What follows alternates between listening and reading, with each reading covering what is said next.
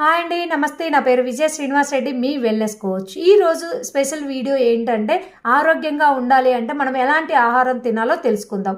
మనం రోజు మొత్తం ఎనర్జీ లెవెల్స్ తోటి శక్తివంతంగా ఉండాలి అంటే మనం తినే ఆహారం మీద ఆధారపడి ఉంటుంది. అది కూడా మార్నింగ్ బ్రేక్ఫాస్ట్ నుంచి స్టార్ట్ అవుతుంది.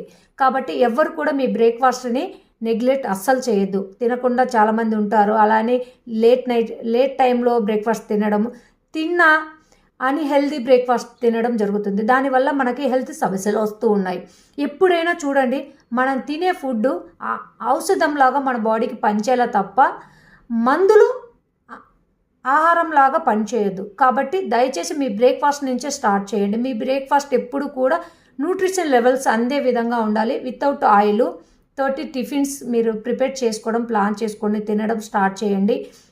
జంక్ ఫుడ్ని అవాయిడ్ చేయడం చాలా మంచిది. ఎగ్జాంపుల్ చెప్పాలి అంటే, ఇప్పుడు మనకి మొలకలు, నానబెట్టిన మిల్లెట్స్తో పాటు fruits and vegetables, bowl egg ఇలా తీసుకోవడం వల్ల కొంత మోతాదులో అయినా మన బాడీకి న్యూట్రిషన్ లెవెల్స్ అందుతాయి మార్నింగ్ బ్రేక్ఫాస్ట్లో. అలా చేయడం కొంచెం బెటర్. అలాగే మధ్యాహ్నం మనం తీసుకునే లంచ్ కూడా ఎప్పుడైనా కూడా సమతుల్యమైన ఆహారం తీసుకోవాలంటారు. ఆ సమతుల్య ఆహారం ఎలా ఉండాలి? మన లంచ్ రైస్ కంటే కూడా కర్రీ అనేది ఎక్కువగా ఉండాలి. ఫ్రూట్స్, వెజిటేబుల్స్ తీసుకోండి మీ లంచ్తో పాటు. రైస్తో పాటు కర్రీ అండ్ వెజిటేబుల్స్, ఫ్రూట్స్ సమతుల్యంగా ఉండేలా చూడండి.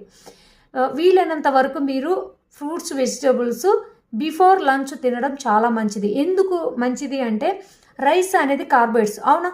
మన బాడీకి కార్బోహైడ్రేట్స్ అవసరం ఉంది. కానీ దానికంటే కూడా మన బాడీకి కొంత ఫైబర్, పీచు పదార్థం బాడీకి ఇవ్వడం వల్ల మన బాడీకి కంఫర్ట్నెస్ వస్తుంది. అప్పుడు మన బాడీకి ఎంతైతే కార్బోహైడ్రేట్స్ కావాలో అంత మాత్రమే మనం తినగలుగుతాము. కాబట్టి బిఫోర్ లంచ్ మీరు ఫ్రూట్స్ తీసుకోవడానికి ప్లాన్ చేసుకోండి.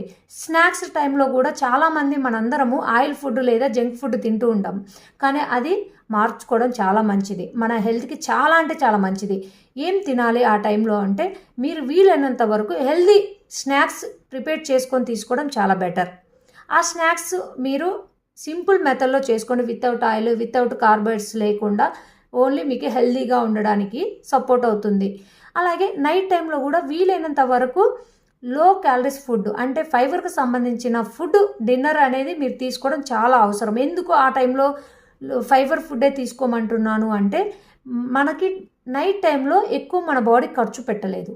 మనం తిన్నమ్మటే పడుకుంటాం కాబట్టి ఆ టైంలో త్వరగా డైజెషన్ అయ్యే పదార్థం ఎప్పుడైతే మన బాడీకి ఇస్తామో అరుగుదల శక్తి రావడం వల్ల మనం హెల్తీగా, ఆరోగ్యంగా, మన బాడీ తేలిగ్గా ఉంటుంది.